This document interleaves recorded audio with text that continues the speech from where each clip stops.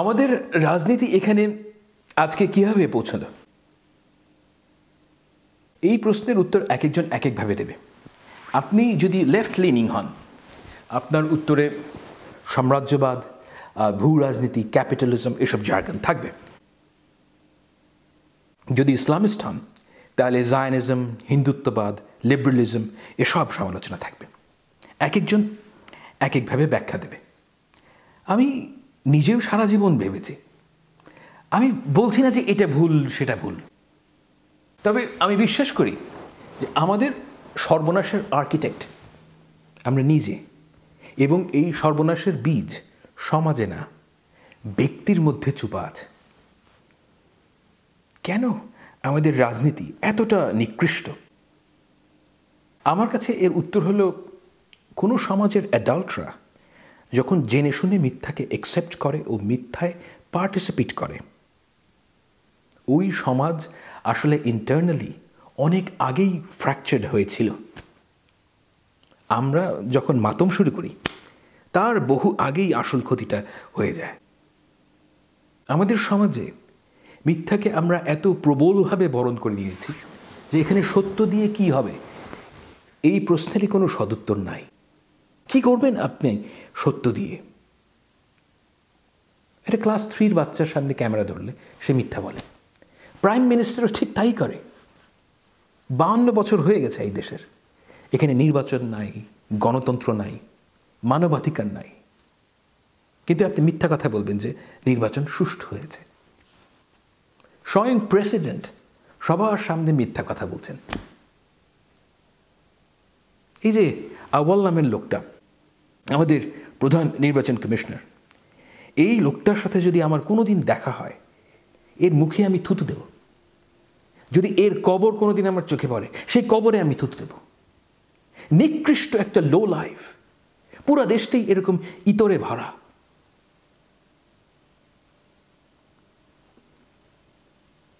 এই ক্যানবেরাতে এমন বাংলাদেশে আমি চিনি যে গর্ব করছে যে 2018 নির্বাচনের আগের রাতে তার বাড়িতে ব্যালট বক্স এনে জাল ভোট ভরা হয়েছিল। কোনো রিমোর্স নাই। আমি এমন মানুষকে দেখেছি যে অস্ট্রেলিয়াতে কোনো পাকিস্তানি রেস্টুরেন্টে খাবে না 1971 সালের জন্য। গ্রেট। কিন্তু এই মানুষটা নিজের বাবা যে একজন প্রতিষ্ঠিত ভোট ডাকাত, এটা নিয়ে তার কোনো আক্ষেপ নাই, বরং সে গর্ব করে। These are savages, barely human beings. কিভাবে আপনি এগুলির সাথে ডিল করবেন? দেখলেই আমার মনে হয় যে আফসোস হয় যে কন্ডম কতই না সস্তা, অথচ আরো অনেক অনেক সস্তা হওয়া দরকার ছিল। অনেস্টলি আমি অনেক ভেবেছি যে এই যে চোর ডাকাত লোকজন, এরা তাদের সমাজে কিভাবে চলাফেরা করে, তার তো একটা ইকোসিস্টেম আছে, তাই না? তাদের কেন অসুবিধা হয় না? আপনি যদি অস্ট্রেলিয়ায় থাকেন এবং মুজিবকুরদের মতো চোর বাটপার হন, আমি গ্যারান্টি দিতে পারি যে এই সমাজে আপনাকে পরিবার সহ লুকিয়ে থাকতে হবে, রাত 9টার পরে বাজার করতে হবে। বাংলাদেশে তো মুজিবকুরদের সামাজিকভাবেও লুকাতে হয় না। কেন তাদের লুকাতে হয় না কখনো ভেবেছেন? দেখেন, I'll be brutally honest here and I won't mince words. Sheikh Mujib কিংবা শেখ হাসিনার মতো মানুষদের যদি আপনার ভালো লাগে কিংবা নেতা হিসেবে পছন্দনীয় মনে হয়, এইটা আসলে আপনার অসুখের প্রথম পর্যায়ে না, শেষ পর্যায়ে। অসুখটা আপনার অনেক আগেই হয়েছিল, শেখ মুজিব পরে এসছে। আপনি শেখ হাসিনাকে কিংবা আওয়ামী লীগকে পছন্দ করার জন্য ডেসপিকেবল না, আপনি ডেসপিকেবল বলে আওয়ামী লীগ করেন। There is a difference. You are beyond salvation in my estimation. দেখেন, কোনো বিরাগ থেকে আমি কথাটা বলছি না।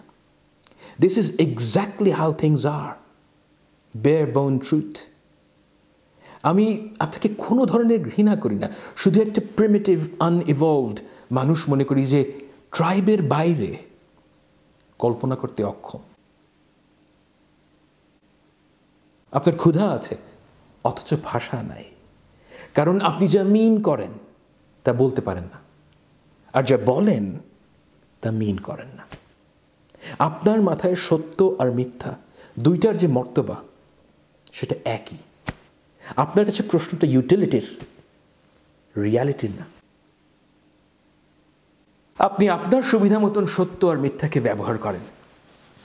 আমার কথা যদি আপনার বিশ্বাস না হয়, আপনাকে ভালো করে চেনে এমন যদি কোনো কিন অবজারভার থাকে, তাকে জিজ্ঞেস করে দেখেন সে কি বলে আপনার প্রসঙ্গে, যে আপনি নিজের সুবিধা অনুযায়ী সত্য আর মিথ্যাকে সমানভাবে ব্যবহার করেন কিনা।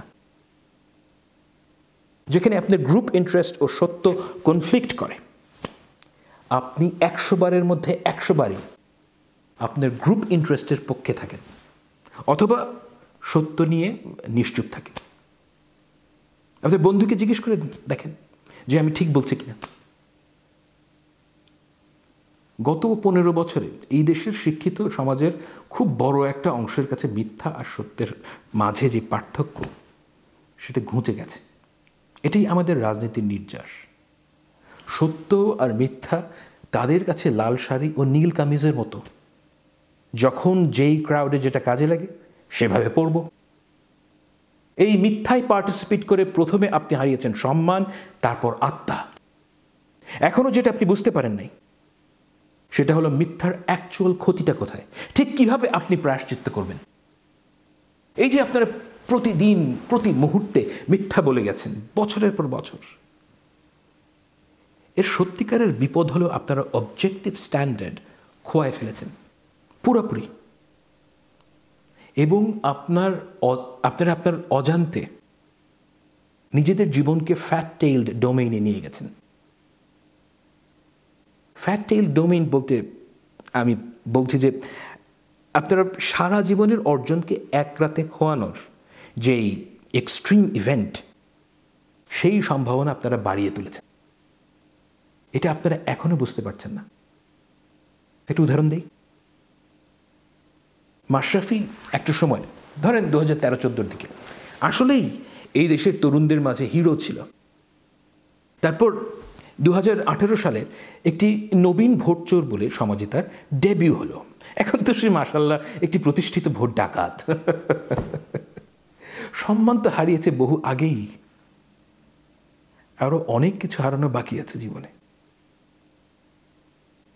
আপনি যখন মিথ্যায় পার্টিসিপেট করেন, অনিয়মে পার্টিসিপেট করেন, চুরিতে পার্টিসিপেট করেন, সমাজের সামনে আপনি নিজেকে ভালনারেবল করে ফেলেন। কালকে পট পরিবর্তন হলে দেখবেন যে খোদা না খাস্তা ওই সময়ের ডিজিএফআই মাথায় পিস্তল ঠেকিয়ে বলছে যে সারা জীবন যা কামাইছস এক্ষুনি এই নামে লেখ, নাইলে গুলি করুন। কিংবা একটা ছেলে মাথায় বাঁশ দিয়ে বাড়ি দিল, কারণ তার শৈশবের স্মৃতির সাথে মাশরাফি বিশ্বাসঘাতকতা করেছে। এগেইন, এটা আমি কামনা করছি না, এবং অবশ্যই আমি আপনাকে এই কাজ করতে উদ্বুদ্ধ করছি না। Please try to understand. আমি শুধু বলছি যে একটা কমপ্লেক্স সিস্টেমে আপনি যখন মিথ্যায় পার্টিসিপেট করেন, কোনো না কোনোভাবে এর কাফারা আপনাকে দিতে হবে, দিতেই হবে। দেশ থেকে পালাতে হবে, দেশে থাকলে চুরির দায়ে জেলে যাবে, অসম্মানিত হবে, কিন্তু কাফারা আপনাকে দিতে হবে। যেই ভুলটা আপনারা করেন সেটা হলো আপনি আশা করে বসে আছেন যে সবাই একসাথে এক সময়ে মূল্য দেবে। কারণ আপনি রাগে টৈটম্বুর এবং আপনার রেফারেন্স হিসাবে আছে কিয়ামত, যেখানে সব কিছু একসাথে শেষ হয়। এই ভুলটা মুসলমানরা বেশি করে, হিন্দুদের কম হয় বলে আমার ধারণা। না, আপনার ভুলের মাসুল আপনি নিজের সময়ে নিজের মতো করে দেবেন। যখন আপনি নিজের ভুলের মাসুল দিচ্ছেন, ঠিক তখনই আপনার স্ত্রী হয়তো তার জীবনের শ্রেষ্ঠ সময় কাটাচ্ছেন। দেখেন, জীবনে আপনার মূল্যবান জিনিস আসলে 4টা: আপনার পরিবার, আপনার স্বাস্থ্য, আপনার ওয়েলথ এবং আপনার রেপুটেশন।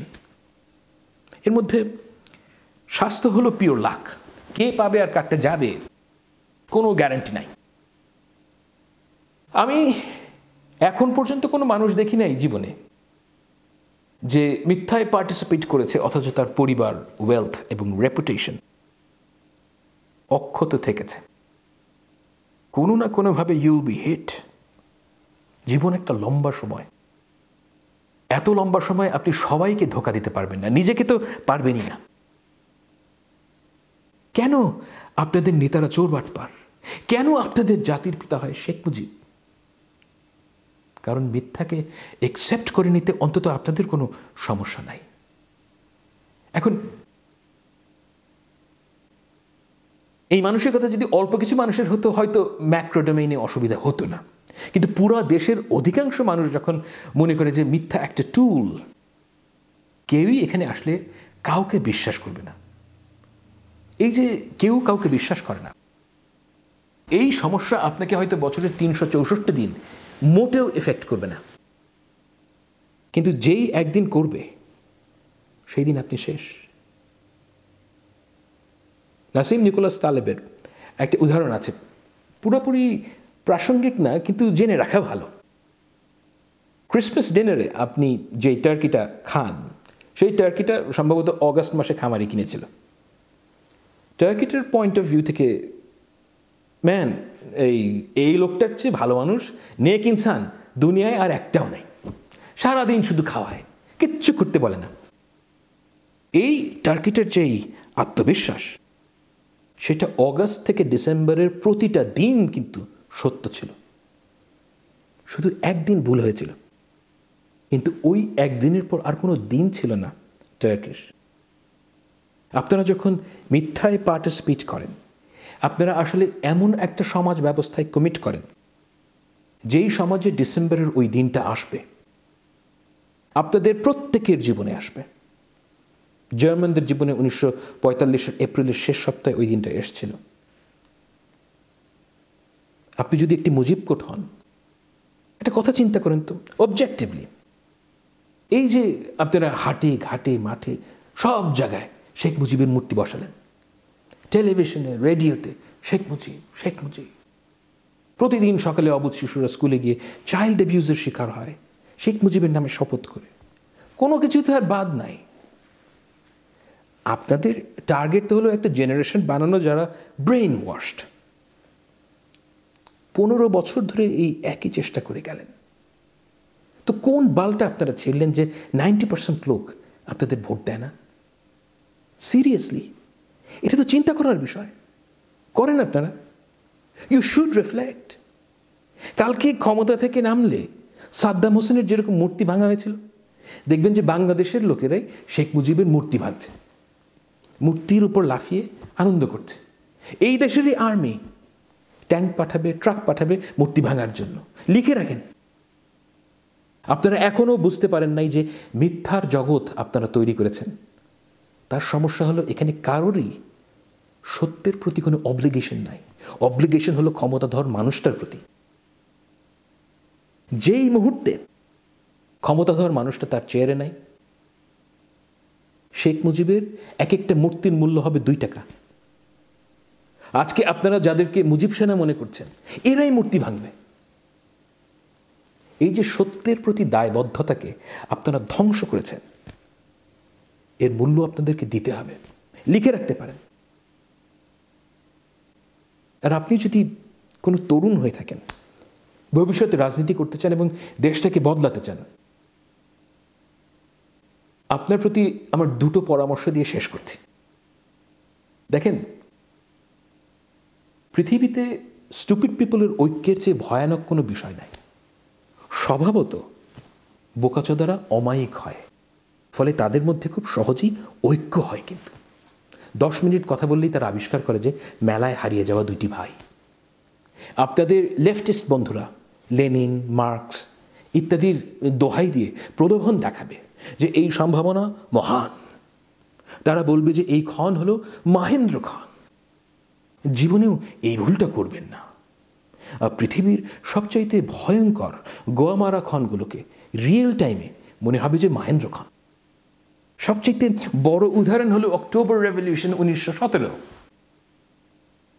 মানুষ কোনো এক বিচিত্র আত্মবিশ্বাসের কারণে মানুষের সম্মিলিত স্টুপিডিটিকে যথেষ্ট ভয় পায় না।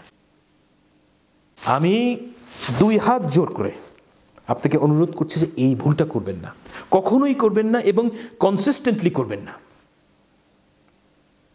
মানুষ তার গান্ডুপনার সমান বিপজ্জনক, এবং এই গান্ডুপনাকে সমীহ করবেন। কারণ হুট করে 1917 সালে অক্টোবর মাসে মানুষের সম্মিলিত স্টুপিডিটিকে নিয়ে সমালোচনা করলে ওরা আবার আপনাকে প্রতিক্রিয়াশীল বলে মেরে ফেলবে। রাজনীতিবিদ হিসেবে আপনার প্রথম কাজ হলো আপনি মানুষের বোকাচোদা হওয়ার অধিকারকে অবশ্যই সম্মান করবেন, কিন্তু অবশ্যই অবশ্যই তার বোকাচোদা হওয়ার যে প্রাইস সেটাকে বাড়িয়ে দেবেন।